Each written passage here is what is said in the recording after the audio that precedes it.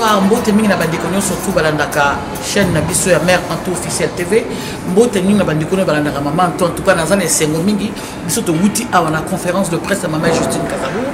Conférence de Kitoko, conférence de qui penza très fort, Zaki Makasi, discours maman Justine Kasabou, ils allaient discours moko penza Makasi, en tout cas bandikono biso mususu pe basali discours ya pareko, en tout cas ils allaient qui esengo mingi. Bandikono ye ko pesa bino nouvelle, moi vidéo ya moke kaka. Il y a une nouvelle tant que vous êtes dans la salle, policiers qui parlent de Congo, na Belgique, Azalaki, comme il a dit Bouboul, mais Bouboul il a été remplacé par quelqu'un d'autre. Policiers qui ont remplacé qui parlent de secteur Congo, aïe na la salle, a 8 paroles, à lobby que les 17, bien, les 18 étaient. Les 18 heures à surtout. Les 17, après si biso place privilégiée, au fait, c'est de 11h30 à 14h. En face, toujours comme on a présent surtout bazo quota. Tout soit Union européenne. Au quota de 11h30 jusqu'à 14h. Bon, si biso place on a privilégié. Pour tout coup, on va faire à faire. Tout ça, auto yebiko sala. Tout là que ça va faire que biso tozali wana. Bandeko, bobo sanate, zali les 17. Place à Congolais, les 17 de 11h à 14h, les 17 février, de 11h à 14h, Moutoko défilé, les Bisso, Congolais, drapeau, ils allaient belé. Les 18, ils allaient à Montono, surtout donc par panafricanisme, mais par contre, pour la Bisso Kakabana à Congo, les 17 de 11h30 à 11h30 à 14h, dans le bien, les 17. De 11h30 à 14h, va placer Bisso Congolais exprès en face na porte d'entrée où il va continuer sur l'Union européenne, va continuer sur l'Union africaine, va en face na Bisso. Tout le monde va faire affaire. Tout le monde va faire affaire. Le but, pour contrôler, Bisso. Parce que Bisso place beaucoup privilégié parce que na demande na dire bande Bisso va na Bruxelles peut ba ko senga. En tout cas, bravo na bande Bisso va na Bruxelles va kenai ko senga.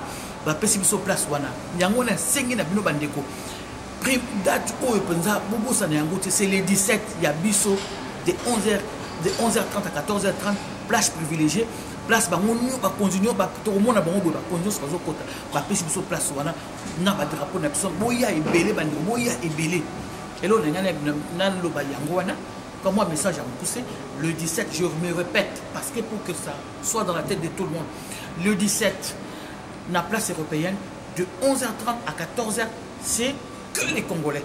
Voilà. En tout cas, merci Nabiso Ingeta. Moi, je m'appelle Mousse Stéphane, je suis représentant de la police. Je fais partie du service de renseignement de la police. C'est moi qui reprends les services du grand boubou que tout le monde connaît, je pense, dans cette salle, M. Benders.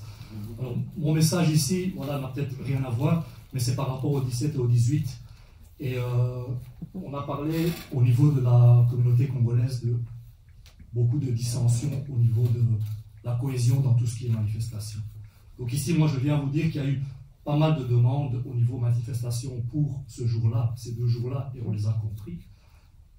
Personnellement, vu que la communauté congolaise, par rapport à mon prédécesseur, c'est sa communauté chérie, donc on essaye de... Ce que je veux vous dire, c'est que pour le 17, on vous a placé à l'arrivée de toutes les délégations, donc entre 11h30 et 14h, sur la petite rue de la Loi. Alors, ce que j'espère, puisque la Pareco souvent est dans ces manifestations-là, c'est, j'ai demandé quelque part, comme énormément de pays, que vous sachiez fédérer peut-être toutes les organisations et faire une grosse manifestation. Voilà, donc on a essayé de vous placer stratégiquement à l'arrivée de toutes les délégations, aussi bien africaines que européennes.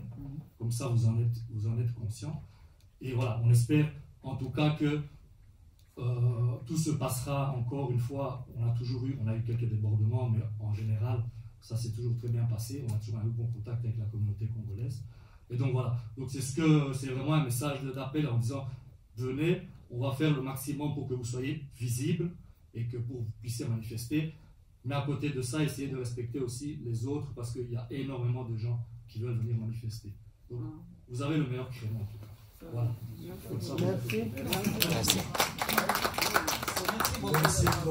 Merci. Bandeko, merci Bino Bouto, la mère Anto officiel TV. beaucoup de s'abonner et belé tout aussi sa émission tout aussi sa pardon conférence Cécilie en tout cas naye ko remercier bien surtout na bo bazaki na kati na bo bayaki na sima en tout cas merci na bino bokolanda biso merci na bino en tout cas